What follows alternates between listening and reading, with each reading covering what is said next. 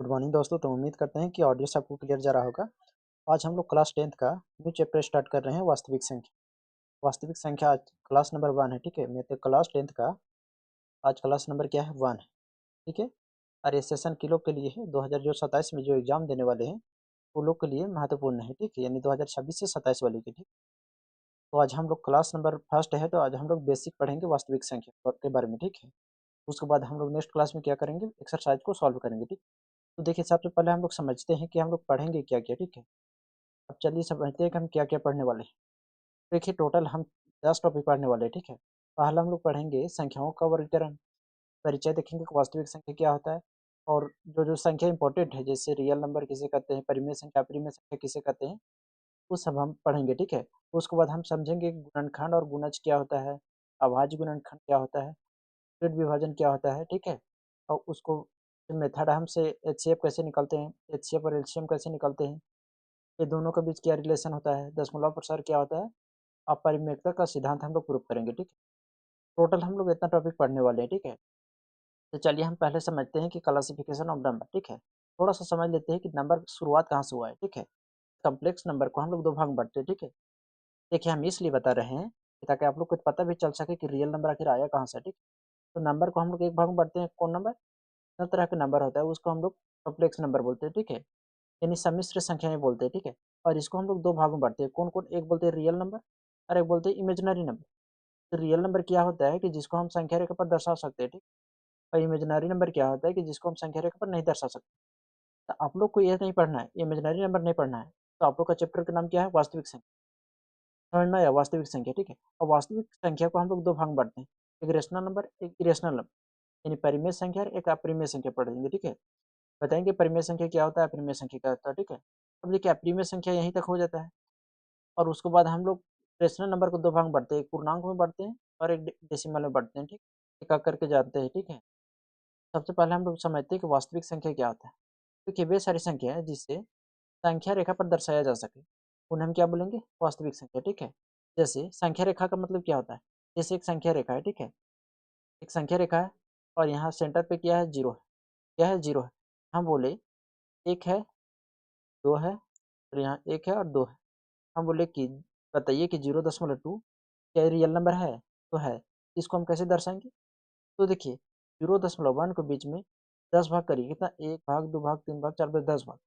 और जो उसमें से जो दूसरा भाग होगा वो किसको दर्शाएगा, 0.2 को दर्शाएगा। देखिए, यहाँ थोड़ा सा हम बताते हैं, ठीक है। जैसे कोई रेखा है, सीधा रेखा नहीं बन रहा ना, बनाते हैं सीधा रेखा। चलिए मान लेते हैं कोई रेखा है, ठीक है। अब इस पर यहाँ सेंटर है 2, यहाँ सेंटर क्या है, 0 है, ठीक है। यहाँ लिखेंगे 1, 2, और इधर चलते जाएगा तो 3, इधर लेफ्ट साइड लिखेंगे तो -1, -2।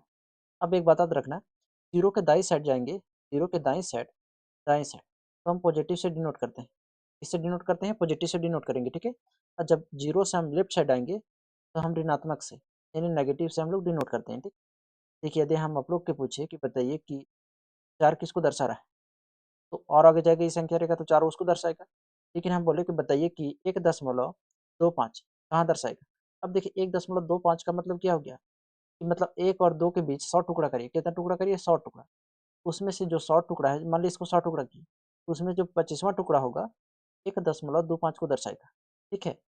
मान लेते हैं हम आपको बोले कि बताइए कि 2.989, इसको हम संख्या रेखा पर कैसे दर्शाएंगे, तो देखिए 2 और 3 के बीच में है, तो बीच में 2 और 3 के बीच में है, तो यानी 2 और 3 के बीच में हम 1000 भाग करेंगे, ठीक है।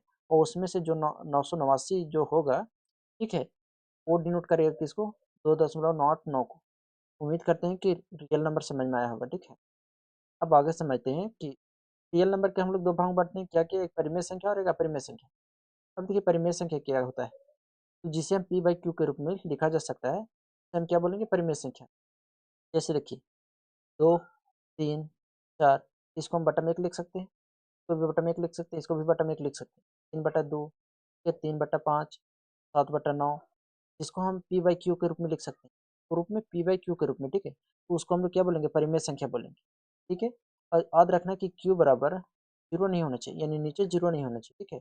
तो उसको हम लोग क्या बोलेंगे, परिमेय संख्या बोलेंगे। उम्मीद करते हैं परिमेय संख्या सभी लोग को समझ में आया होगा। अब देखिए अपरिमेय संख्या क्या होता है, पी बाई क्यू के रूप में नहीं लिखा जा सकता, ठीक है। तो उसको हम लोग क्या बोलेंगे, अपरिमेय संख्या बोलेंगे। जैसे √2 हो गया, √5 हो गया। याद रखना √4 नहीं है, 4 इसलिए नहीं क्योंकि इसका जब हम वर्गमूल करेंगे तो 2 आ जाएगा, ठीक है। √3 हो गया, ये क्या है, अपरिमेय है, ठीक है। अब हम लोग, आप लोग को तो इतना समझ में आ गया ना, परिमेय संख्या और अपरिमेय संख्या किस कहते हैं। पी बाई क्यू के रूप में लिखा जा सकता है, उसको परिमेय बोलेंगे। उसको नहीं लिखा जा सकता है, उसको अपरिमेय बोलेंगे। इसका जो दशमलव प्रसार होता है, शांत होता है या अशांत आवर्ती होता है, ठीक है। और इसका जो होता है दशमलव प्रसार, वो अशांत अनावर्ती होता है, ठीक है। जैसे उदाहरण की बात करें तो इसको 1/2 हो जाएगा, 5 हो जाएगा, 0.33 हो गया, ठीक है। इसको देखेंगे तो कितना हो गया, तो √2 हो गया, √5 हो गया, पाई हो गया। अच्छा, एक बहुत लोग कंफ्यूज होते हैं, पता है कैसे, पाई और 22/7 में। देखिए पाई जो है वो इरेशनल है, पाई क्या है, इरेशनल है, मतलब अपरिमेय संख्या है। लेकिन जो 22/7 है, जो 22/7 है वो रेशनल है। अब आप लोग को लगेगा कि सर कैसे, इसी का मान तो 22/7 होता है, तो इरेशनल और इरेशनल कैसे हो जाता है। देखिए बात करते हैं कि पाई और 22/7, ठीक है। कौन, देखिए पाई जो है वो इरेशनल है, क्या है, इरेशनल है, इरेशनल है। इरेशनल बोले तो अपरिमेय है, अपरिमेय है, क्लियर। बताएंगे अपरिमेय है कैसे से। अब जो 22/7 है ये परिमेय है, क्या है, परिमेय है, मतलब रेशनल नंबर है, रेशनल है। अब देखिए दोनों में कंफ्यूज होते हैं, पता है कैसे कंफ्यूज होता है। बहुत लोग समझते हैं कि पाई का मान तो ही 22/7 है, तो पाई जब रेशनल है तो 22/7 परिमेय कैसे हो गया। तो देखिए बेसिकली यहाँ जो पाई है उसका मान 22/7 नहीं होता है। जो पाई है उसका मान 22/7 नहीं होता है। लेकिन यदि हम एग्जैक्ट 22/7 बोले परिमेय हो जाएगा, ठीक है। लेकिन जो पाई का मान होता है वो 22 एग्जैक्ट मान नहीं रहता है, ठीक है। इसलिए पाई जो है वो क्या है, अपरिमेय संख्या है। उम्मीद करते हैं समझ में आया होगा, ठीक है। नेक्स्ट चलते हैं हम लोग कि अभाज्य संख्या और भाज्य संख्या क्या होता है। अभाज्य संख्या वैसा याद रखिए, वैसा संख्या जिसके केवल 2 फैक्टर हो, किसका फैक्टर हो, सिर्फ 2 फैक्टर, ओनली 2 फैक्टर, यानी केवल 2 गुणनखंड हो। कितना गुणनखंड हो, तो 2 गुणनखंड। जैसे देखिए यदि डिफिनेशन आप लोग बोलिएगा तो दो समय और एक के अतिरिक्त किसी से विभाजित नहीं होती। जो संख्या एक और अपने आप से विभाजित होती है वही अभाज्य संख्या कहलाती है। जैसे 2 हो गया, 3 हो गया, 5 हो गया, 7 हो गया, 11 हो गया, ये सभी क्या है, अभाज्य संख्या। ये सभी क्या है, अभाज्य संख्या है, ठीक। उम्मीद करते हैं अभाज्य संख्या समझ में आया होगा। अब इसी का उल्टा भाज्य संख्या है, यानी इसमें क्या था कि only 2 factor, only 2 different factor, एक और समय एक अपने आप का, ठीक है। और इसमें होता है मोर देन 2 फैक्टर, यानी 2 से ज़्यादा फैक्टर हो उसको हम लोग क्या बोलेंगे, भाज्य संख्या। और केवल 2 फैक्टर हो उसको क्या बोलेंगे, अभाज्य संख्या बोलेंगे, ठीक है। अब देखिए ध्यान से इधर, सबसे छोटा यदि हम सबसे छोटा अभाज्य संख्या बोलेंगे तो कौन हो जाएगा, 2। सबसे छोटा अभाज्य संख्या कौन हो जाएगा, 2। उसके बाद 3, उसके बाद 5, उसके बाद 7, उसके बाद 11। एक क्वेश्चन यहाँ और क्या पूछता है पता है, कि सबसे छोटी अभाज्य संख्या कौन है। सबसे छोटी अभाज्य संख्या जो है इसे 2 है। कितना है दोस्त, 2 है। यानी सबसे छोटी अभाज्य संख्या कितना है, 2 है। एक क्वेश्चन यहाँ और बनता है कि वैसा कौन सा संख्या है जो अभाज्य है और सम है, यानी सम है, ठीक है। तो 2 ही एक ऐसा संख्या है जो अभाज्य भी है और सम भी है, ठीक है। उम्मीद करते हैं यहाँ तक समझ में आया होगा। अभाज्य की बात करें तो जो अन्य अभाज्य संख्या हो उसके संयोजन से बनती है, ठीक है। यानी इतना याद रखना है कि जिसके मोर देन 3 फैक्टर हो। जैसे 4 हो गया, 4 को कौन कौन फैक्टर है बताइए तो, 1 हो गया, 2 हो गया और एक 4 हो गया। इसका टोटल कितना फैक्टर हो गया, 3। जबकि अभाज्य होने के लिए टोटल 2 फैक्टर। जैसे 2 को देखिए, 2 को एक है और एक क्या है, 2 है। 3 का जब बोले तो 1 है और एक 3 है। 7 का बोले तो 1 है और एक 7 है। सिर्फ इतना ही फैक्टर है। 9 को यदि पूछे तो 9 को देखिए 3 फैक्टर हो जाएगा, 1 हो जाएगा, 3 फैक्टर 9 हो जाएगा। तो क्या ये अभाज्य संख्या होगा, नहीं होगा, ठीक है। तो ये क्या हो जाएगा, भाज्य संख्या हो जाएगा। 9 क्या हो जाएगा, भाज्य संख्या, क्योंकि इसका कितना फैक्टर है, 3 फैक्टर। तो उम्मीद करते हैं कि समझ में आया होगा कि अभाज्य संख्या क्या है, भाज्य संख्या क्या है, ठीक है। अब हम लोग आगे बढ़ते हैं, ठीक।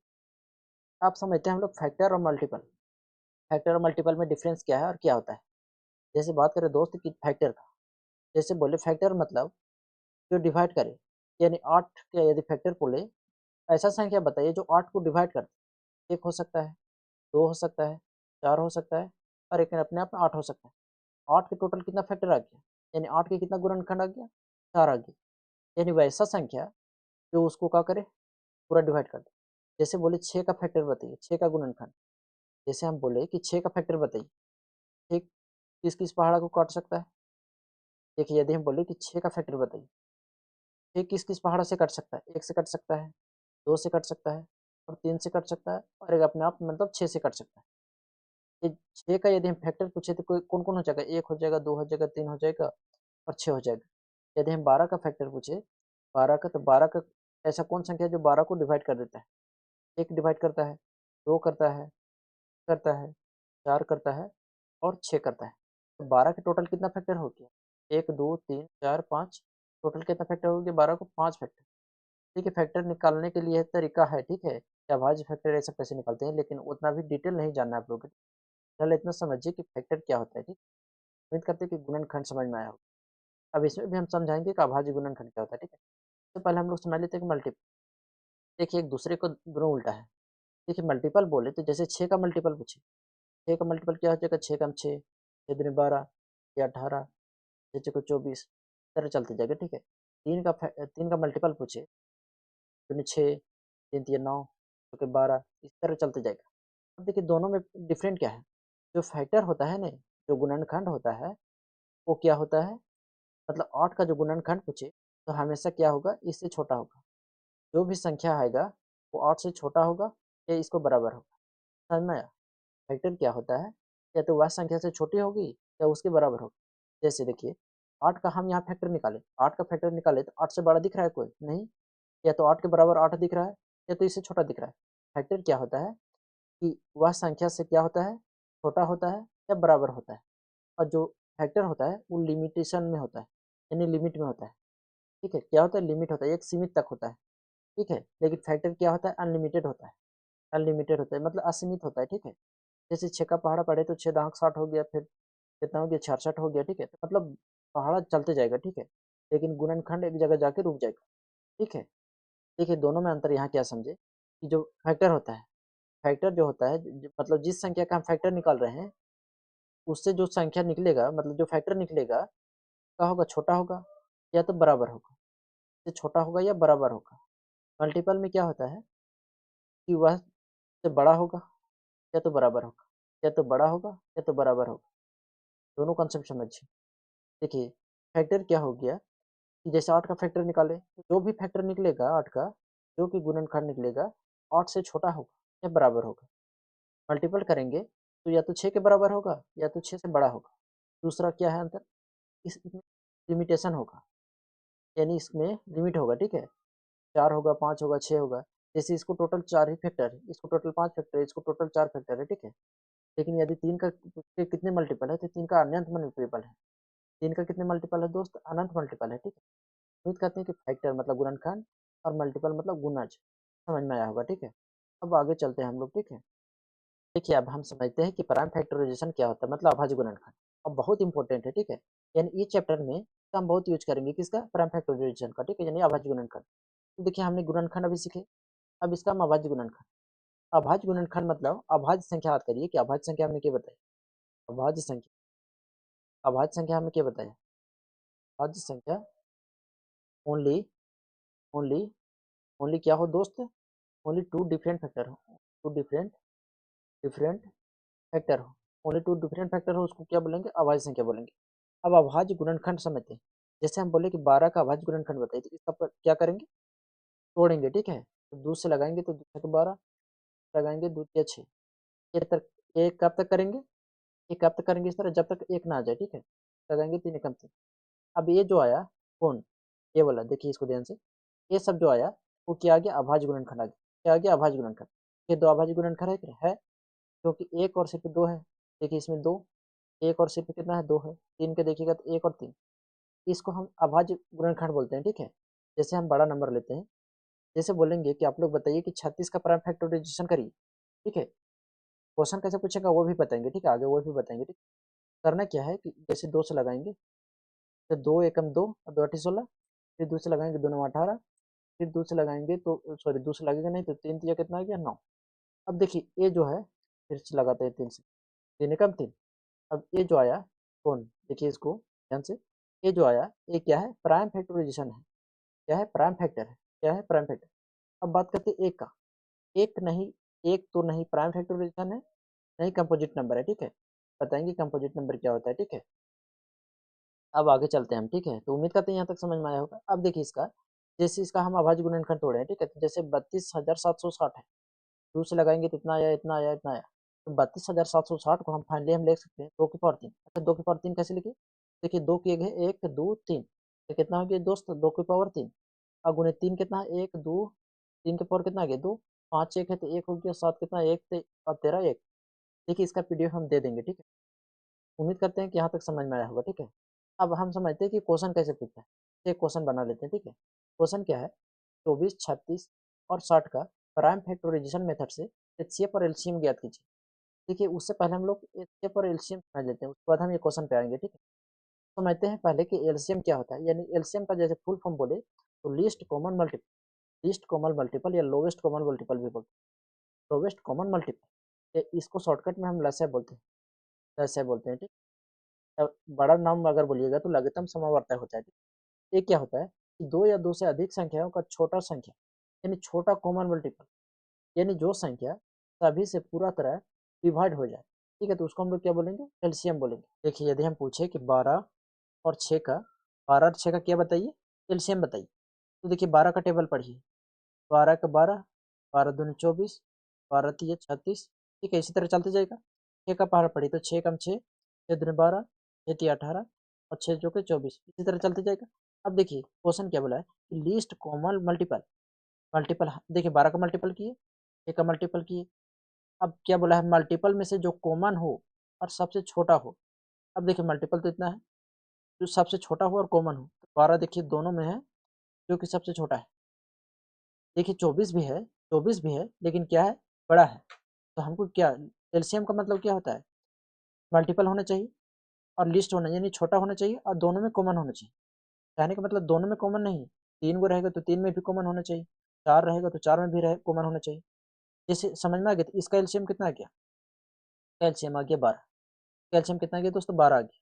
अब देखिए जैसे हम दो से ज़्यादा संख्या लेते हैं, जैसे हम यहाँ 12 ले लेते हैं, 18 ले लेते हैं और 24 ले लेते हैं, ठीक है। तो 12 का टेबल पढ़िए, छोटा लेते हैं, ठीक है। जैसे 12 हो गया और 6 हो गया और मान लेते हैं 16 ले लेते हैं, ठीक है।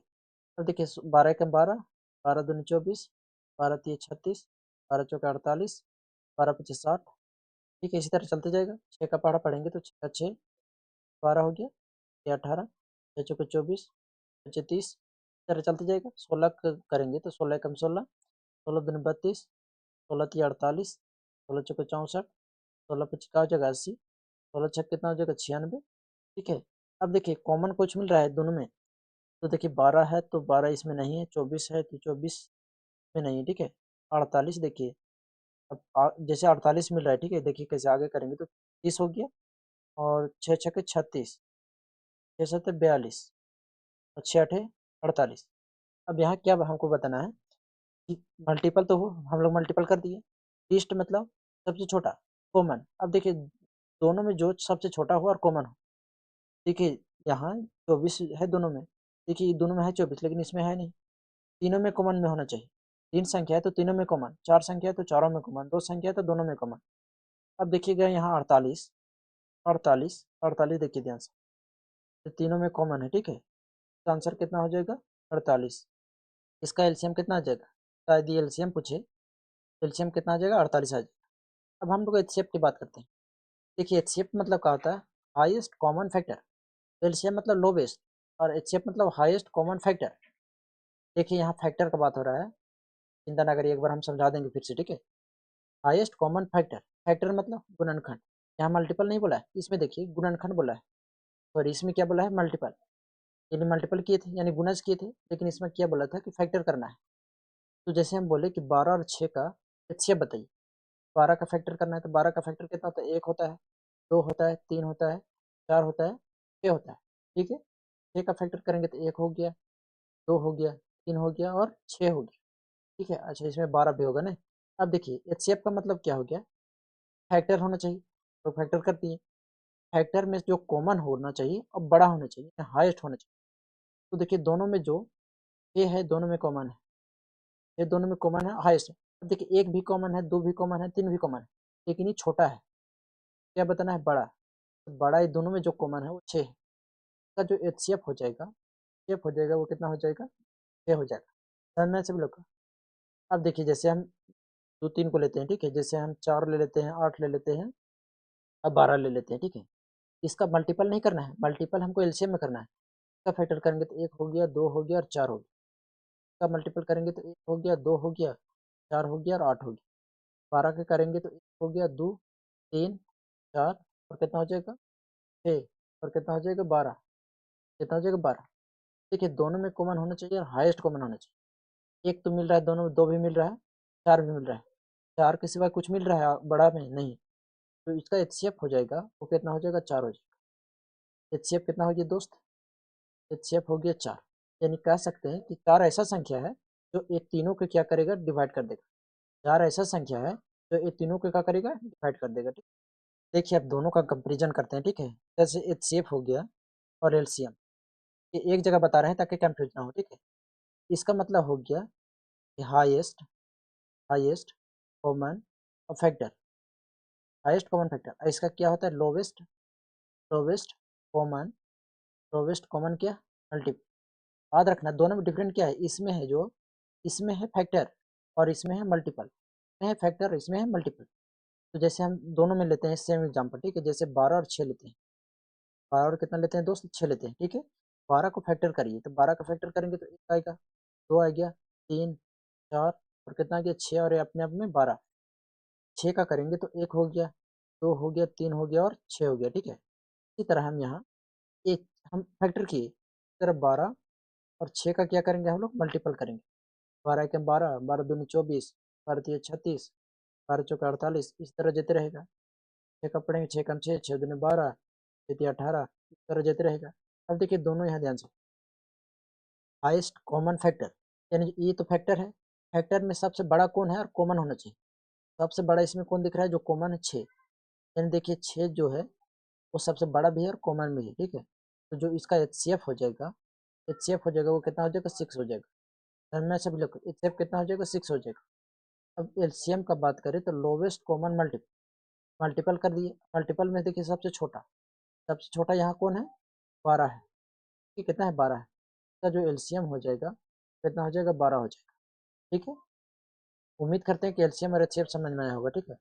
अब देखिए अब क्वेश्चन कैसे पूछेगा, ठीक है। यानी 24 36 और 60 का अभाज्य गुणनखंड विधि द्वारा एचसीएफ और एलसीएम ज्ञात करने बोलेगा, ठीक। कैसे निकालेंगे, अभाज्य गुणनखंड करेंगे, 24 हो गया, 36 हो गया और 60 हो गया। इसका अभाज्य गुणनखंड करेंगे, ठीक। करते हैं इधर, 24 को करेंगे, कितना आ गया 2 से 12, से कितना आ गया 6 से 3, यानी इसको लिख सकते हैं 2 गुने 2 गुने 2 और गुने कितना 3। क्लियर। अब 26 को करते हैं, 26 को करेंगे तो कितना हो जाएगा, 2 से करेंगे तो 13 और सॉरी 36 था नहीं, 36 है, 36 है तो कितना आ गया 18, फिर 2 नवा 18, फिर 3 तिया 9। क्लियर। तो कितना लिखेंगे दोस्त, 2 गुने 2 3 गुने 3। क्लियर। 60 को अब करेंगे तो 60 को कितना लिखेंगे, 2 से 30 बारने, 2 से 15 बारने और 2 से कितना बारने 5 बारने, सॉरी 3 से जाएगा ना, 3 पचे 15। तो कितना लिख सकते हैं, 2 गुने 2 गुने 3 और गुने कितना 5। क्लियर। अब देखिए इसको अगर और शॉर्ट में करना चाहेंगे, इसको 1 2 3 यानी 2 के पावर 3 और गुने कितना 3। अगर इसको और शॉर्ट करना चाहिएगा तो 2 कितना है 2 को, 2 की पावर 2 गुने कितना 3 के पावर 2। तो करेंगे तो कितना हो जाएगा, 2 की पावर 2 और गुने कितना 5। आया समझ में यहाँ तक। अब देखिए करना क्या है, हम पहले एच सी एफ निकालते हैं, ठीक है। H C F, H C F का मतलब क्या होता है, जो तीनों में कॉमन फैक्टर हो, ठीक है। तीनों में कॉमन फैक्टर क्या है, देखिए 2 मिल रहा है इसमें से, इसमें भी 2 मिल रहा है और एक 3 मिल रहा है तीनों में, ठीक है। क्या क्या मिला दोस्त, कॉमन क्या मिला, 2 मिला, फिर 2 मिला, फिर 3 मिला, ठीक है। कितना आ गया, 2 दूनी 4 और 4 तिया 12। क्लियर। अब देखिए, अच्छा बहुत लोग स्टूडेंट यहाँ कंफ्यूज हो जाते हैं, पता है क्या है, सर यहाँ एकक ले रहे थे और यहाँ आप सभी को लिखने लगे, ठीक है। तो इसको हम अभाज्य गुणनखंड कर रहे हैं, ठीक है, फैक्टर नहीं कर रहे हैं या मल्टीपल नहीं कर रहे हैं, ठीक। अब देखिए ये शेप कितना गया दोस्त, 12 आ गया। तो एलसीएम कैसे निकालेंगे, एलसीएम क्या करेंगे, जो कॉमन आया, जैसे 2 गुने 2 और गुने कितना 3। अब जो कॉमन नहीं मिला उसको मल्टीपल कर दीजिए, 2 बचा, 3 बचा और 5 बचा, तो गुना कर दीजिए। 2 गुने 3 गुने कितना 5, सबको गुना करेंगे दोस्त कितना हो गया, 2 दूनी 4 4 12, 12 25, 12 दूनी 24, 24 दिए 72, 72 पचे कितना आ गया, 72 पचे 5 दूनी 10 का शून्य हाथ में 1 और 7 पचे 35 1 36, यानी एलसीएम जो आ गया दोस्त कितना 60, कितना आ गया 360, यानी 360 वैसा छोटा संख्या है तो 24 से भी कट जाए, 36 से भी कट जाए और 60 से भी कट जाए, लेकिन यहाँ इस तरह नहीं रहेगा, ठीक है। जैसे आप लोग तो समझ गए कि इसको हम कैसे निकालते हैं, ठीक है। अब देखिए पावर में रहेगा तो क्या करेंगे, जो सबसे हाईएस्ट पावर रहेगा और कॉमन रहेगा, ठीक है, उसमें हम क्या लेंगे, एलसीएम लेंगे, ठीक है। जैसे देखिए 2 की हाईएस्ट पावर कितना है, यहाँ बात करते हैं, ठीक है। 2 की हाईएस्ट पावर कितना है 3, यानी 2 की पावर 3 हो गया, गुने 3 की हाईएस्ट पावर कितना है 3 का स्क्वायर, 5 की पावर कुछ नहीं तो 5 लिख देंगे, ये क्या आ गया एलसीएम आएगा, ठीक है। क्या आएगा दोस्त एलसीएम आएगा। अब देखिए 2 की पावर 3 मतलब 8 और 3 के पावर 2 मतलब 9 और गुने कितना 5, 8 72, 72 पचे कितना 360, तो पावर में रहेगा तो आप लोग एलसीएम निकाल लीजिएगा। अब देखिए इसका एचसीएफ कैसे निकालेंगे, मिनिमम देखते हैं एचसीएफ में, ठीक, पावर में मिनिमम। देखिए 2 की मिनिमम पावर कितना है 2, 2 की पावर 2, तो देखिए 3 का मिनिमम पावर कितना है 3, 3 है, तो 2 की पावर 2 कितना हो गया 4 और गुने कितना 3 कितना हो गया 12। उम्मीद करते हैं कि समझ में आया होगा, ठीक है, कि ऐसे भी रहेगा तो भी कैसे निकालेंगे, पावर में रहेगा तो भी कैसे। अब देखिए यहाँ वही एचसीएफ और एलसीएम, ठीक है। जैसे 6 का फैक्टर करेंगे तो 2 की पावर 1 और गुने 3 की पावर 1, 6 का हम अभाज्य गुणनखंड करेंगे तो कितना होगा 2 की पावर 1 और गुणे 3 की पावर 1। सर 20 का करेंगे तो कितना हो जाएगा 2 की पावर 2 गुने 5 की पावर 1। कैसे हुआ दोस्तों यहाँ बताते, 2 से लगाएंगे 10, 2 पचे 10, 2 की पावर 2 है, 2 की पावर 2 और 5 की पावर 1। समझ में आया कैसे है ऐसे। देखिए सभी का पीडीएफ हम दे देंगे हमारे टेलीग्राम में, ठीक, तो टेलीग्राम में जुड़ना नहीं भूल, कमेंट करके बताना है कि आप लोग की क्लास कैसा लग रहा है। अब देखिए एचसीएफ बता चुके हैं कि उभयनिष्ठ अभाज्य गुणनखंड की सबसे छोटी घात, ठीक है। अब देखिए दोनों में यदि हम एचसीएफ पूछे, देखिए यहाँ जैसे 6 था और 20 था, ठीक है, 6 को फैक्टर करेंगे तो 2 की पावर 1 और गुणित कितना 3 की पावर 1 और इसको कितना 2 की पावर 2 और गुने कितना 5 की पावर 2, क्लियर। देखिए दोनों में जो लोवेस्ट फैक्टर हो, ठीक है, देखिए 2 की पावर कितना है 2 की पावर 1 है, 3 की पावर कुछ नहीं तो 2 की पावर 1 जो हो गया दोनों में कॉमन वो एचसीएफ हो, ठीक है। तो एलसीएम क्या हो गया कि हाईएस्ट पावर, यानी 2 की हाईएस्ट पावर कितना है 2 की पावर 2, 3 का हाईएस्ट पावर कितना है 3 की पावर 1, 5 की पावर हाईएस्ट कितना है सॉरी 1 था ना, 1 हो गया, गुना करेंगे तो 2 की पावर 2 मतलब 4, 3 की पावर 1 मतलब 3, गुने 5 की पावर 1 मतलब 5, 4 तो ये 12, 12 पच्चे कितना 60, ताकि ये सब हमें पीछे बता दिए हैं, ठीक है, वही चीज़ लिखा हुआ। सीएफ और एलसीएम का नियम क्या कहता है, एचसीएफ गुने एलसीएम करेंगे तो पहली संख्या गुने दूसरी, पहली संख्या गुने दूसरी। एचसीएफ और एलसीएम का फॉर्मूला क्या होता है कि एचसीएफ गुने एलसीएम बराबर का होता है पहली संख्या गुने दूसरी संख्या, ठीक है। अब देखिए जो एचसीएफ जो होता है सबसे छोटी घात होती है, सबसे छोटी घात जो होता है वो क्या होता है एचसीएफ होता है, और एलसीएम क्या होता है सबसे बड़ी घात, जो अभी हमने यहाँ बता रहे थे, ठीक, कहाँ पे बता रहे थे, कहाँ पे बता रहे थे सर, शायद यहाँ बता रहे थे ना, बता रहे थे वही लिखा हुआ है यहाँ, ठीक है। अब देखिए भाज्य संख्या है, अब देखिए इस थोड़ा सा इसको देखिए, फंडामेंटल थ्योरम ऑफ अरिथमेटिक क्या कहता है, भाज्य संख्या को हम अद्वितीय मतलब अनंत अभाज्य संख्याओं में तोड़ सकते हैं, ठीक। जैसे भाज्य संख्या बोले 6 है, इसको अभाज्य संख्या में तोड़ सकते हैं, तो लिख सकते हैं 2 में, एक लिख सकते हैं 3 में, ठीक है। तो वही लिखा है जो भाज्य संख्या होता है वो हम अभाज्य में, अभाज्य के मल्टीपल में हम क्या कर सकते हैं तोड़ सकते हैं, ठीक है। तो यही कहता है फंडामेंटल थ्योरम ऑफ अरिथमेटिक। उम्मीद करते हैं कि यहाँ तक समझ में, अब थोड़ा सा और आगे बढ़ते हैं हम लोग। संतुलित का नियम, यानी एचसीएफ जो होता है ए बी का और गुणे एलसीएम ए बी का बराबर क्या होता है ए इंटू बी, यानी एचसीएफ इतना याद रखना है कि एचसीएफ और गुणे एलसीएम बराबर क्या हो जाएगा ए गुने बी, यानी एलसीएम गुने एचसीएफ बराबर पहली संख्या गुने दूसरी संख्या। इसमें क्वेश्चन कैसे पूछेगा वो भी बताएंगे, ठीक है। जैसे हम यही लिखा हुआ है यहाँ पे, ठीक है, इसका पीडीएफ हम दे देंगे, ठीक। जैसे इसको क्वेश्चन कैसे पूछेगा, देखिए पूछेगा दो संख्याओं का एचसीएफ 8 है, एलसीएम कितना है 240 है, यदि इनमें से एक संख्या 16 है तो दूसरी संख्या बताइए। हम लोग पढ़े कि एचसीएफ और गुने एलसीएम बराबर क्या होता है दोस्त फर्स्ट नंबर और गुने के सेकंड नंबर। देखिए एचसीएफ कितना दे रखा है दोस्त 8 है, एलसीएम कितना है 240 है, फर्स्ट संख्या हमको निकालना है तो एक समान लेते हैं, second number sorry last number कितना दे रखा है 16 है, सेकंड नंबर नहीं पता तो x। अब इसको देखिए काटेंगे तो 16 से कटेगा तो 8 एकम 8, 8 दूनी 16, उससे काटेंगे इसको तो 2 एकम 2, 2 दूनी 4 जीरो, यानी एक से बराबर कितना आ गया दोस्त 120, यानी जो दूसरी संख्या होगा वो कितना होगा 120 होगा। देखिए आगे बढ़ते हैं, ठीक है। आगे क्या है, ये 3 पर यूज नहीं होगा, ठीक है। और ये फार्मूला होता है एलसीएम का, जो आप लोग याद कर लीजिए कि एलसीएम बराबर हो जाएगा एचसीएफ, और एचसीएफ ये सब फार्मूला होता है, ठीक है। तो इतना याद करने की जरूरत नहीं, ठीक है, जितना बताइए उतना याद कर लीजिए, ठीक है। देखिए चलते हैं अब हम लोग नेक्स्ट कॉन्सेप्ट, ठीक है। अप्रिमेय संख्या क्या होता है? अप्रिमेय संख्या बताइए कि जिसे पी बाई क्यू के रूप में नहीं लिखा जा सकता है, ठीक है। हम क्या बोलेंगे? अप्रिमेय संख्या बोलेंगे, ठीक है। अब देखिए हम अप्रिमेय संख्या जैसे क्वेश्चन क्या बोलेगा, जैसे क्वेश्चन बोलेगा कि सिद्ध कीजिए कि रूट टू एक अप्रिमेय संख्या। सिद्ध कैसे करेंगे? हम लोग तो जानते हैं कि रूट टू अप्रिमेय संख्या है, लेकिन सिद्ध करना है कि कैसे। तो हम लोग मान लेंगे कि रूट टू एक परिमेय संख्या, परिमेय संख्या मान लेंगे। अब रूट टू परिमेय संख्या होगा, जब परिमेय संख्या तो उसको ए बाई बी के रूप में लिख सकते हैं, जहाँ ए और बी क्या हो, को प्राइम हो। को प्राइम मतलब एक के सिवा उसका कोई भी गुणनखंड नहीं हो, ठीक है।